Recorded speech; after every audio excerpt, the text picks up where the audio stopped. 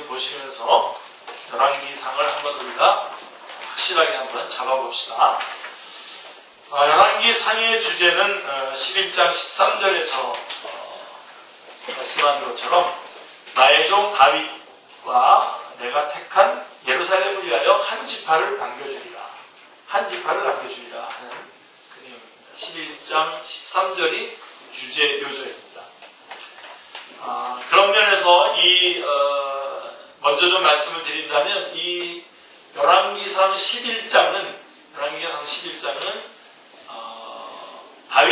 솔로몬이 여러 가지로 범죄하여서 결국은 나라를 두 조각으로 내는 그러한 어떤 징벌의 장이지만, 그러나 여러분들이 같이 우리가 지금 함께 읽었듯이 보시면 알겠지만, 하나님께서는 그렇게 해서 다 징벌하시지 아니하시고 한 나라를 등불로 다윗의 쪽을 유다 지파를 하나 놔두는 것을 보게 됩니다. 그래서 그런 면에서 이거는 다시 11장은 징벌장이라기보다는 구원의 장, 구속의 장이라고 볼 수가 있습니다. 자, 어쨌든 열왕기상의 주제는 나의 종 다윗과 내가 택한 예루살렘을 위해서 한 지파를 남겨주리라 라고 하는 그 말씀입니다. 열왕기상하는 이제 원래 한 권의 책이었죠. 열왕기서였는데, 열왕기상하는 원래 한 권의 책으로서 통일왕국으로부터 출발해가지고 분열왕국이 되었다가 종래에는 패망하기까지의 여러 왕들의 이야기를, 역사를 기록하고 있습니다. 많은 왕들이 왕의 보좌에 앉았다가 이슬방울처럼 스쳐가곤 했습니다. 결국은 북쪽에 19명, 남쪽에 20명에서 31명의 왕들이 쭉 거쳤다가 가는 그런 내용입니다. 그런데 여기에다가 만약 이런 왕들에다가 초점을 맞추게 되면 우리가 잊어버리기 쉬운 일이 있는데, 그것은 영원히 변치 않는 하늘 보좌에 좌정하고 계신 왕, 하나님이 영원한 보좌에 앉아 계신 하늘 왕, 하나님 아버지가 하나님이 계시다는 사실을 우리가 잊어버리기 쉽습니다. 그래서 이렇게 열왕기상하를 읽을 때에는 왕들에 대한 이야기를 읽으면서도 항상 영원한 하나님을 항상 놓치지 않으면서 읽으셔야 됩니다. 이사야 선지자는 우시야 왕이 죽던 해에 주께서 높이 들린 보좌에 앉아 계신 것을 보았습니다. 이사야서 6장이죠. 이사야의 소명장이라고 하는, 이사야가 불림받는 그 장인데, 지상의 보좌는 자주 바뀌어도 높이 들린 보좌는 영원합니다. 할렐루야. 예. 지상의 보좌가 하늘 보좌에 의해서 통치함을 받는 시대는 흥왕했고요, 태평했습니다. 그러나 반역한 시대에는 쇠퇴하고 혼란하였음을 봅니다. 그래서 지상의 보좌가 하늘의 보좌에 의해서 통치함을 받는 시대에 그때는 흥왕했고, 그래서 반역한 시대에는 쇠퇴했던 혼란한 상황이 놓여 있었던 것을 보여주는 것이 열왕기서의 역사입니다. 원래 이스라엘의 왕은 여호와 하나님이시죠. 그죠? 아멘. 예. 하나님께서 이스라엘 민족을 애굽 바로의 종으로부터 구속하여 내신 목적이 뭐냐면, 그들로 하여금 자기 백성을 삼기 위해서였습니다. 출애굽기 6장 6절 7절 말씀에 잘 나와 있습니다. 그래서 내 백성을 삼고, 그래서 다시 한번 하나님의 나라, 하나님의 백성을 삼고 하나님의 나라를 이루는 것이죠. 그래서 모세를 통해서 바로에게 하신 말씀은 일관되게 내 백성을 보내라, 그들이 나를 섬길 것이니라 라고 말씀하고 있습니다. 출애굽기 8장 1절에 자, 내 백성이라 말씀하심은 하나님께서 이미 그들의 왕이심을 의미하는 것입니다. 그들 이스라엘이 여호수아에 사는 날 동안과 그 다음에 여호수아서 24장 31절, 그 다음에 사사기서에 보면 여호와께서 이스라엘을 위하여 행하신 모든 큰 일을 본 자들이 사는 날 동안에 여호와를 섬겼더라 라고 말씀합니다.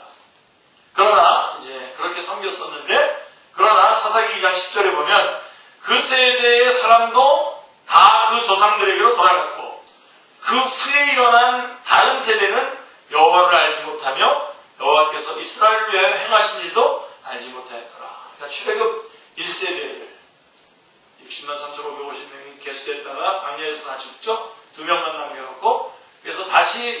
역사를 해서 출애굽 2세대들이 언약을 맺고 가나안 땅에 들어왔는데 거기까지는 그래도 좀 하나님을 좀 아는 듯 했습니다만은 출애굽 3세대로 넘어가면서 아예 그들에게 왕이 없으므로 그들이 자기가 옳은 대로 행했더라라고 이렇게 말씀합니다. 그러니까 완전히 혼란 상태가 완전한 혼란의 모습이 나오죠. 그게 바로 사사기 2장 10절의 증언인데 결국 이런 사사시대의 악순환이 반복되다가 사무엘 선지자 때에 와서는 그들은 왕을 요구하기에 이르렀습니다.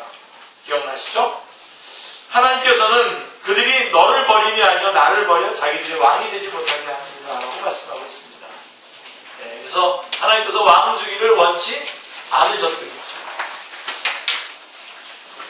그래서 여러분 하나님이 원치 않을 때에 하나님이 노 했을 때에 네 하고선 하나님의 노를 응답으로 받아내는 사람들은 참 지혜로운 사람들입니다. 근데 하나님께서 아니라고 그러는 끝까지 주장해서 하나님께 자기의 뜻을 관철시킨 케이스들이 많이 있죠. 근데 그거는 나중에 다 불행한 결과들을 가져오게 됩니다. 그러니까 지금도 여러분들이 하나님과의 싸움에서 하나님의 요구사항이 여러분에게 주어졌는데 여러분하고 의견이 다를 때는 여러분 것을 포기하는 것이 지혜로운 것입니다. 그래서 하나님과 싸워서 이긴 대표적인 그 케이스가 성경에 한 3군데 나오죠. 기억나시죠? 제가 한번 얘기했는데 제일 먼저는 야곱이 하나님하고 싸워서 이겼잖아요. 그래서 이스라엘이라고 하는 이름을 받았다는 게 그런 뜻은 아닌데 사실은 하나님과 싸워서 이겼다. 그랬을 때 야곱이 더 힘이 세고 야곱이 더 씨름을 잘해서 하나님을 이겼다. 그런 뜻이 아닙니다. 야곱이 끝까지 자기의 고집을 부렸다는 겁니다. 그렇죠? 하나님께서는 야곱이 자기가 주인이 아니라 하나님이 주인이고 하나님의 뜻을 순종하면서 살아가야 될 것을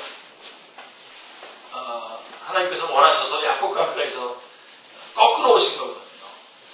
근데 끝까지 고집을 부렸죠. 그래서 하나님께서 환도뼈를 쳐서 그래 이제 네 인생 네 맘대로 살아라 하고서 환도뼈를 치고 가시는데 그때서야 야곱이 붙잡았죠. 그래서 이거 진짜 이때 놓치면 안 되겠다. 붙잡고 그래서 그 야곱이 이스라엘 되고 이스라엘이 이제 이스라엘의 진짜 그 바탕을 놓게 되는 거죠. 그렇죠? 거기서 이제 이스라엘로부터 12지파가 나오게 되고 12자식이 나오게 되는 것들을 보게 됩니다. 그래서 그런 거하고 또 하나가 뭐냐면 이스라엘이 왕을 달라고 했을 때에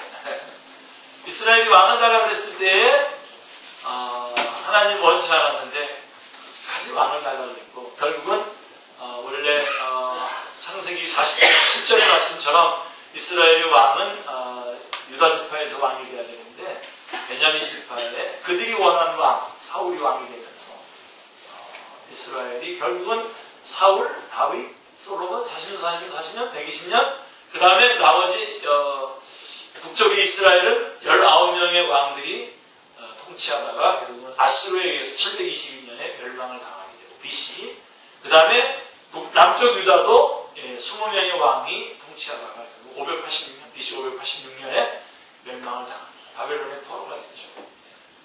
그리고 그때로부터 그래서 신명기서에도 보면은 왕을 세우려거든 정한 왕을 세우고 만약에 그 왕들은 말을 많이 두지 말고 뭐 이렇게 소말할 때 그 말을 많이 두지 말고 여자를 많이 두지 말고 이게 여러 가지 왕의 제도의 그 폐해를 굉장히 많이 이미 기록해 왔던 것을 보게 됩니다. 근데도 굳이 달라고 했고 결국은 줬어요. 결국은 이스라엘이 완전히 패망이 되고 그래서 바벨론, 바사, 헬라 쭉 그 로마 쭉 해가지고 계속 내려오다가 결국은 최근에 1945년에 와서야 독립을 하지 않습니까? 또 왕달라고 했을 때 하나님이 왕이십니다. 우리는 그러지 않겠습니다. 그랬어야 되는데 왕을 달라고 그러면서 고집했고 그 중에 왕 중에 하나 히스기야 왕 같은 사람은 15년간 생명이 연장됐다고 하지만 하나님께서 죽으라 그래요. 너 이렇게 있었는데 죽을 때가 됐으면 죽어라 하면서 얘기해줬으면 네 알았습니다. 그러고선 인사들 하고 천국을 바라보고 죽었으면 참 좋은데 벽을 바라보고선 기도했잖아요. 그래서 생명을 15년간 연장했다는 겁니다. 15년간 생명을 연장받은 그때에 어떤 일들이 일어난지 아십니까? 저기 바벨론에서 일어난 신진 통치자 모르닥 발라단에게 보라그란이 그 병에서 낫다 그러니까 조문단 위로하는 그런 사절단을 보냈는데 그 사절단이 사실은 정탐꾼들이었습니다. 근데 히스기야 왕은 기분이 좋으니까 다 보여준 거죠. 자 여기는 우리 이건 제 마음입니다. 이건 우리 국기고입니다. 이건 우리 쌀창고입니다. 그래서 다 보여줬다고요. 이 정탐꾼들이 화장실에 가서 다 써놨다고요. 나중에 바벨론에 의해서 이스라엘이 포로가 될 때에 아주 결정적인 그런 역할을 하게 되죠. 그리고 그때에 이 아까 말했던 그 통일왕국의 3명의 왕하고 19명, 20명 해가지고 총 42명의 왕 중에서 가장 악한 왕이 누구냐면 므낫세 왕입니다. 므낫세가 바로 언제 태어나냐면 그때 생명을 연장받은 그 15년 그때 태어납니다.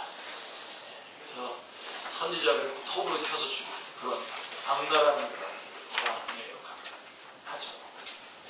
히스기야 왕이 참 좋은 왕이었지만 그런 왕 밑에서 좋은 왕이 나올 것 같지만 그거는 우리 생각이고 그렇지 않습니다. 그러니까 이렇게 하나님께 하나님과 겨뤄서 이기는 이런 그 어리석음을 범하는데 바로 이때가 바로 왕을 달라고 했을 때가 바로 그런 때였습니다. 그래서 하나님께서 왕을 주기를 기뻐하지 않았던 사무엘에게 이렇게 말씀해 준 거죠. 사무엘상 8장 2절에 그들이 너를 버림이 아니요 나를 버려서 자기들의 왕이 되지 못하게 하려 하리라. 그래서 원래 그동안에 하나님께서는 왕이셨죠. 그래서 어떻게 하셨다고요? 신정 통치를 하고 계셨잖아요. 그래서 특별히 그래서 땅을 나눠줄 때에도 레위인들에게는 각 지파 다른 한 레위인들의 땅을 따로 준 게 아니라 각 지파에 흩어져서 살아갈 수 있도록 48곳에 레위인들이 살아가는 지역들을 전해주지 않았습니까? 그렇죠? 그래서 레위인들을 통해서 신정 통치를 했었었는데 이들이 왕을 달라고 했죠. 그래서 결국은 그 왕국이 북쪽 이스라엘은 아수르에, 남쪽 유다는 바벨론에 의해서 패망하고 맙니다. 하나님은 호세아 선지자를 통해서 말씀하셨어요. 13장 9절로 11절을 보시면 이스라엘아 내가 패망하였나니 이는 너를 도와주는 나를 대적함이니라. 전에 내가 이르기를 내가 왕과 지도자를 주소서 하였느니라. 내 모든 성읍에서 너를 구원할 자고 내 왕이 이제 어디 있으며 내 재판장들이 어디 있느냐. 내가 분노함으로 내게 왕을 주고 진노함으로 패하였다. 아마 우리 추현영주님이 이거 지금 못 찾을 거예요. 아마 제가 보낸 거는 업그레이드 된 걸 보냈기 때문에 너무 고민하지 마시고 그냥 같이 그냥 공부하시기 바랍니다. 자, 그래서 이스라엘아 내가 패망하였나니 이는 너를 도와주는 나를 대적함이라. 전에 내가 이르기를 내 왕과 지도자를 주소서 하였느니라. 내 모든 성읍에서 너를 구원할 자고 내 왕이 이제 어디 있으며. 자, 너희들이 원하는 대로 해줬는데 어디 있으며 내 재판장들이 어디 있느냐. 내가 분노함으로 내게 왕을 주고 진노함으로 패하였느니라. 분노함으로 왕을 주고 진노함으로 패해버렸다는 겁니다.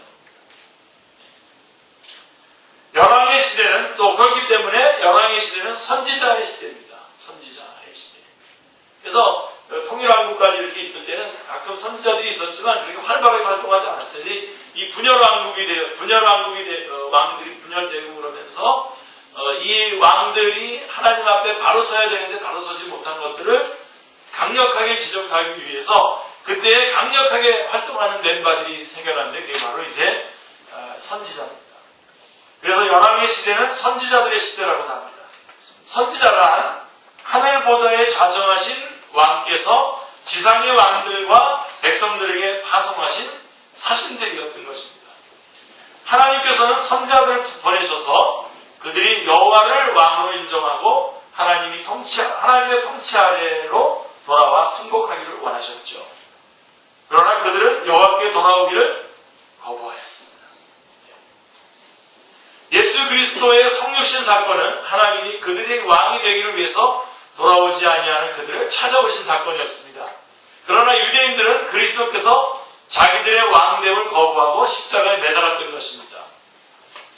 마태복음 25장 31절에 인자가 자기 영광으로 모든 천사와 함께 올 때에 자기 영광의 보좌에 앉으리니라고 말씀하고 있습니다. 그때에 그리스도가 자기들의 왕됨을 거절하였던 자들은 심판받게 되고 메시아 왕국은 완성이 될 것입니다. 우리는 지금 이스라엘 역사를 공부하는 거가 아닙니다. 그죠? 우리가 구원받아 하나님의 백성이 된 하나님의 구속사가 어떻게 추진되어 내려왔으며 완성될 것인가 하는 구속의 역사를 배우고 있는 것입니다. 자, 하나님께서는 다윗을 택하셔서 신정왕국의 왕으로 세우심으로 메시아 왕국의 예표로 삼으셨습니다. 하나님은 신정왕국을 세우셔서 왕을 통해서 다스리기를 바라셨지만 도리어 왕들이 하나님을 대적하는 데 앞장섰던 것이 열왕기서의 역사입니다. 열왕기의 역사입니다. 안타깝죠. 그래서 그들이 왕을 달라고 했기 신정 통치를 하셨다가 왕들을 달라고 하니까 이것을 신정왕국으로, 그래서 왕들을 통해서 하나님께서 통치하려고 했는데 왕들이 오히려 역기능을 했습니다. 그래서 이때에 선지자들이 활발하게 활동하게 된 이유가 바로 거기에 있었던 것입니다. 자, 구속사의 관점에서 열왕기서를 볼 때에 인간이 이토록 패역하고 부패하였음에도 불구하고 하나님께서는 그 왕위를 폐하시거나 빼앗지 아니하시고 어떻게 계승시켜 내려오셨는가를 보여주고 있습니다. 우리가 11장 아까 읽으면서 어느 정도 여러분들이 눈치를 채셨죠? 자, 이렇게 하신 것은 왜 폐하시지 않으셨냐? 다윗과 세운 언약 때문에 그렇습니다. 메시아 언약을 지키시기 위해서였습니다. 다시 말씀드리면 다윗의 위에 오를 메시아를 보내셔서 구속의 역사를 성취하기 위해서였던 것입니다. 그래서 열왕기서의 핵심 단어는 왕위입니다. 왕위. 다윗이 솔로몬에게 한 유언 중에 여호와께서 내 일에 대하여 말씀하시기를 만일 내 자손들이 그들의 길을 삼가 마음을 다하고 성품을 다하며 진실이 내 앞에서 행하면 이스라엘 왕위에 오를 사람이 내게서 끊어지지 아니하리라 하신 말씀을 확실히 이루게 하시리라. 2장 4절에 말씀하고 있습니다. 솔로몬은 성전 봉헌 기도를 통해서 이렇게 기도합니다. 8장 25절에서요. 이스라엘의 하나님 여호와여, 주께서 주의 종 내 아버지 다윗에게 말씀하시기를 내 자손이 자기 길을 삼가서 내가 내 앞에서 행한 것 같이 내 앞에서 행하기만 하면 내게서 나서 이스라엘의 왕위에 앉을 사람이 내 앞에서 끊어지지 아니하리라 하셨사오니 이제 다윗을 위하여 그 하신 말씀을 지키시옵소서 하고 성전 봉헌식 때에 그렇게 기도하고 있는 것을 보게 됩니다. 이러므로 솔로몬의 기도에 대한 하나님께서는 이제 이렇게 대답을 합니다. 이러한 솔로몬의 기도에 대해서 하나님께서 9장 5절에서 이렇게 대답하십니다. 내가 내 아버지 다윗에게 말하기를 이스라엘의 왕위에 오를 사람이 내게서 끊어지지 아니하리라 한 대로 내 이스라엘의 왕위를 영원히 견고하게 하려니와. 예. 자, 이상에서 살펴본 대로 왕위를 계속해서 계승시켜 나가겠다는 겁니다. 그게 열왕기서의 내용입니다. 열왕기서의 주제입니다. 결국은 이 왕위를 계속 계승시켜 나가서 누구에게까지 이르겠다고 하는 것입니까? 예수 그리스도에게까지 이르겠다고 하는 것입니다. 여러분 사랑하는 성도님들, 솔로몬은 출발은 좋았죠. 솔로몬 출발은 좋았지만 그의 만년은요 극도로 타락했습니다. 이방신들, 아스타롯, 밀곰, 그모스, 이런 그런 신들, 이방신들을 쫓아 섬기는 데까지 이르렀습니다. 그 원인이 뭐였죠?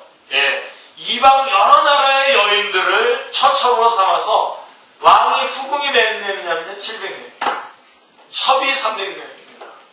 후궁하고 첩하고 어떻게 구분해야 될지 모르겠지만 하여간 그 정도로 그의 여인들이 왕의 마음을 돌아서게 하더라. 젊을 때는 솔로몬이 그래도 컨트롤을 했겠죠. 나이가 든 다음부터는 어떻게 되겠습니까? 그다음부터는 이 여자들이 이제 참 우리 형제님들 다 같이 따라하십시오. 여자는 무섭다. 꼭 붙잡으시기 바랍니다. 처음에 솔로몬은 이렇게 자기 마음대로 뭔가 힘이 있어서 컨트롤을 했지만 나중에는 그 여자들이 여러분 한 사람 한 사람 그 한 사람 한 사람이 다 자기 거를 안 챙기겠습니까? 챙기는 가운데 솔로몬이 다 내주는 겁니다. 이방 여인들이 원하는 대로 이방 신전들 다 세워지니까 예루살렘 거리가 온통 정말 우상 덩어리로 그냥 다 바뀐 거죠. 그게 원인이 된 거예요. 자, 그래서 이에 대한 하나님의 선고는 아들 때에 가서 지금 솔로몬 때는 놔두고 아들 때에 가서 이 나라를 내게서 빼앗아 내 신하에게 주리라. 이게 11장 11절입니다. 이게 오늘 빼빼로 대기하고 11장 11절 다 연결이 됩니다. 아까 그 빼빼로 가지고 왔다가 어디 갔어요? 나중에 줄 겁니까? 자, 그러나 이게 열왕기상 11장 11절인데요. 그러나 오직 내가 이 나라를 다 빼앗지 아니하고 어떻게 한다고 했습니까? 내 종 다윗과 내가 택한 예루살렘을 위하여 한 지파를 내 아들에게 주리라. 그러니까 하나님께서는 여러분 유다 지파만 택한 것이 아니라 예루살렘도 택한 것입니다. 그래서 내 종 다윗과 내 택한 예루살렘을 위하여 한 지파를 내 아들에게 주리라고 11장 13절에서 말씀하셨습니다.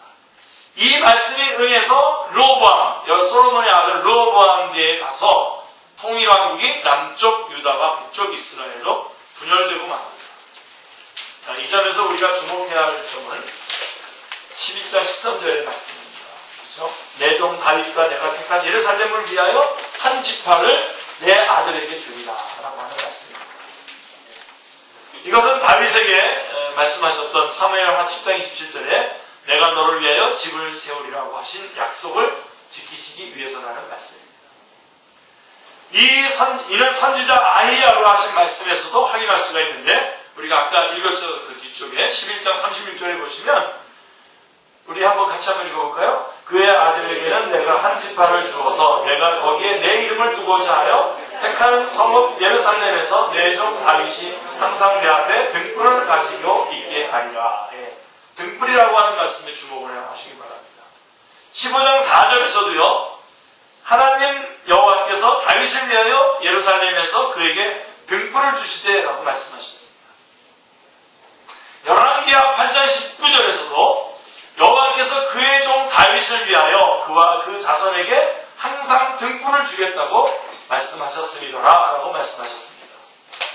두 번이나. 이 등불은 다윗의 왕위가 꺼질 듯한 때도 있었지만 중단됨이 없이 계승될 것을 의미하지만 궁극적으로는 누굽니까? 메시아를 의미하는 것입니다. 그래서 열왕기서에서는 우리가 예수 그리스도를 등불에서 한 등불.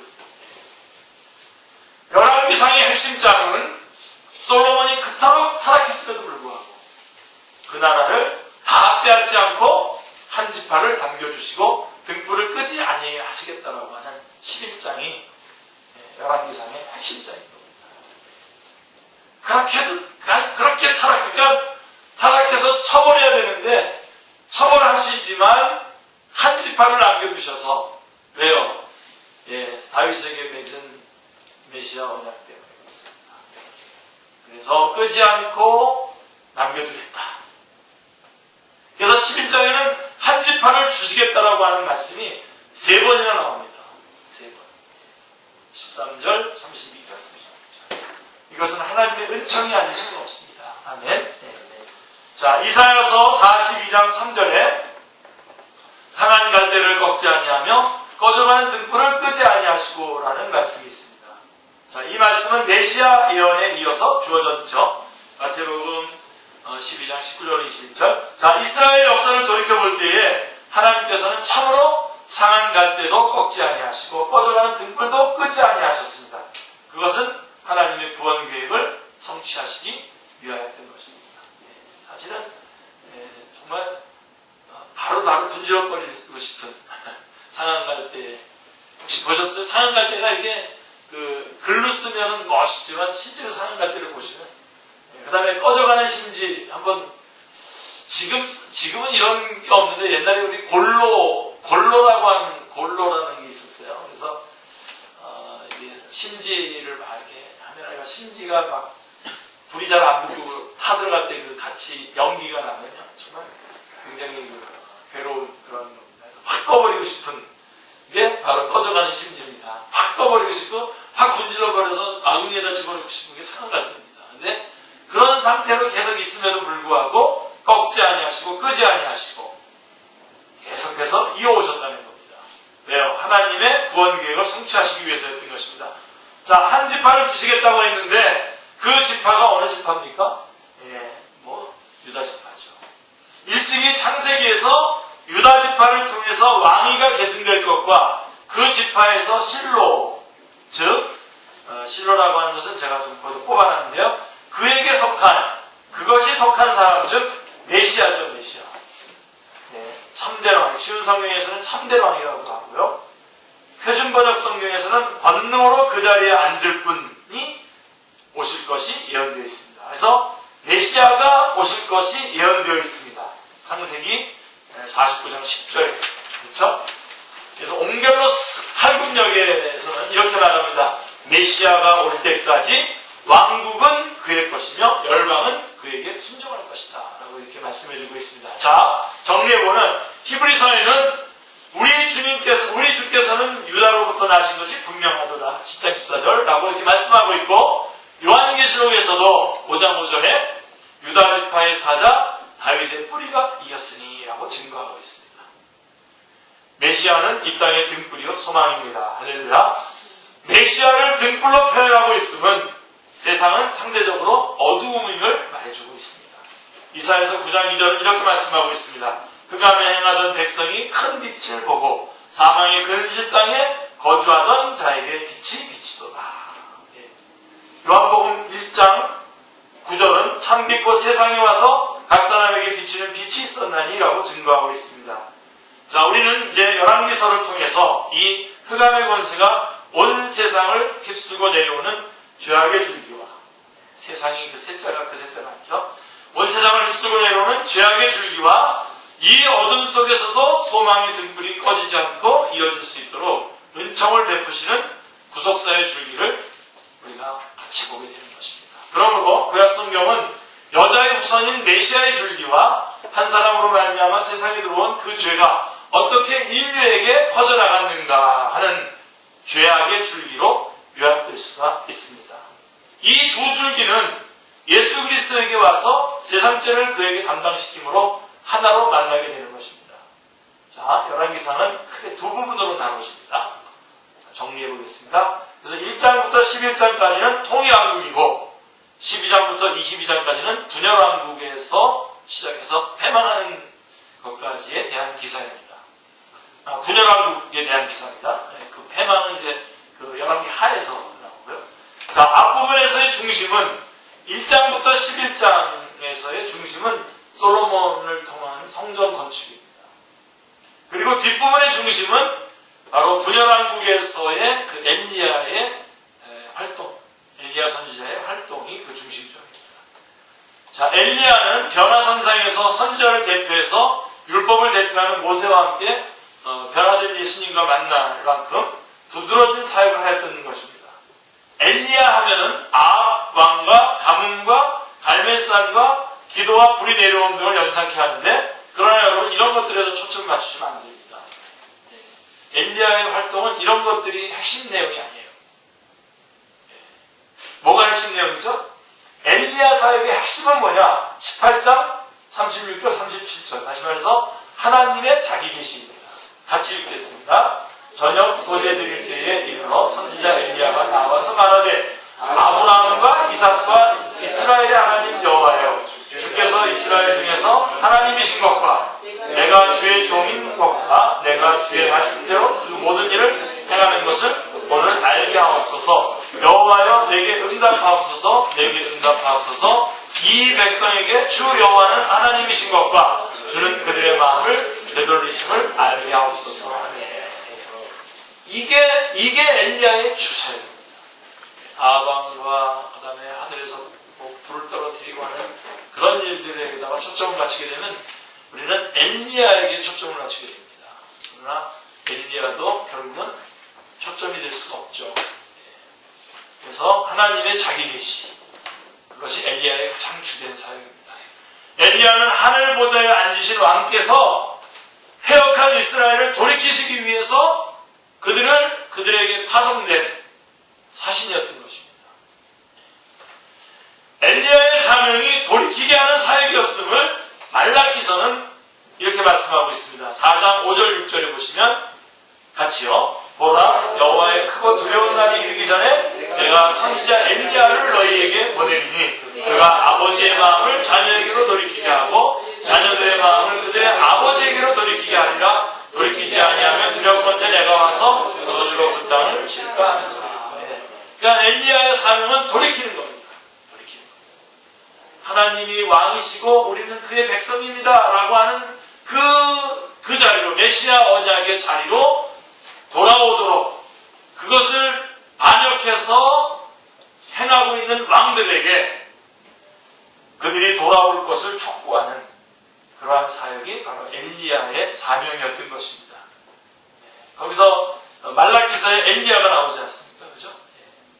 그래서 사실 이 엘리야는 또 누굴 말하는 겁니까? 이 신약에 와서는 세례 요한을 말하는 건데 이 세례 요한이 하는 일이 뭡니까?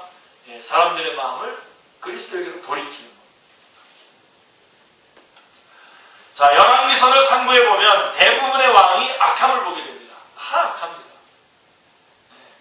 혹 선한 왕이 있어요. 뭐 어떤 사람은 8명까지 뽑기도 하는데 선한 왕이라고 하더라도 나중에 가면 종말에 가서 사악함을 드러내는 것을 보게 됩니다. 잘했는데 뒤에 가서 아주 악하게 끝내는 것을 보게 됩니다. 여러분 다윗도 여러분 나중에 가면 유언하면서 자기가 왕으로 있을 때, 왕으로 있거나 젊었을 때에는 그냥 다 봐주고 넘어갔던 일들도 나중에 다 솔로몬에게 다 유언합니다. 다 처벌할 것을 유언하는 그런 모습을 보게 됩니다. 그러니까 이것은 뭐를 의미하냐면 홍수 심판 직후에 하나님께서 이렇게 말씀하셨어요.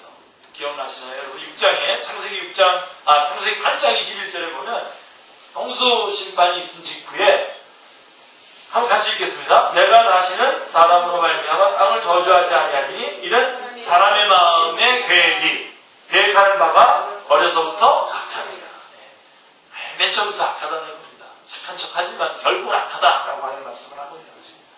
그리고 유명한 시편 51편 5절에 나와요. 51편 다윗의 참회시 중에 시편 51편 5절에 뭐라고 되어 있습니까? 같이요. 내가 죄악 중에 출생하였으며 어머니가 죄 중에서 나를 잉태하리라. 그러니까 원래 나는 베네병신. 원래부터 태어날 때부터 나는 이렇게 악한 존재였다라고 하는 것을 고백하고 있는 내용입니다. 사랑하는 성도님들, 인간이란 전적 타락하고 부패하여 자력으로는 구원의 영광이 없음을 보여주는 것입니다. 결국 왕정제도는 메시아 왕국의 그림자에 불과했던 것입니다. 그러므로 우리는 구약의 역사서들을 통해서 죄악 세상을 비춰주시는 등불 되시는 메시아를 만나야 하고 그 길 아래서 자신은 메시아를 통해서 구원받는 것밖에는 달리 소망이 없는 죄인임을 발견해야만 하는 것입니다. 그래서 우리는 이게 바로 구약 성경을 우리에게 주신 큰 두 가지 목적인데요. 자, 우리는 결국은 그래서 이 열왕기상을 통해서도 예수 그리스도를 만나고 열왕기상을 통해서도 복음을 전할 수 있어야 됩니다. 등불 되시는 예수 그리스도를 찬양합니다. 오늘 서현중 전사님 주님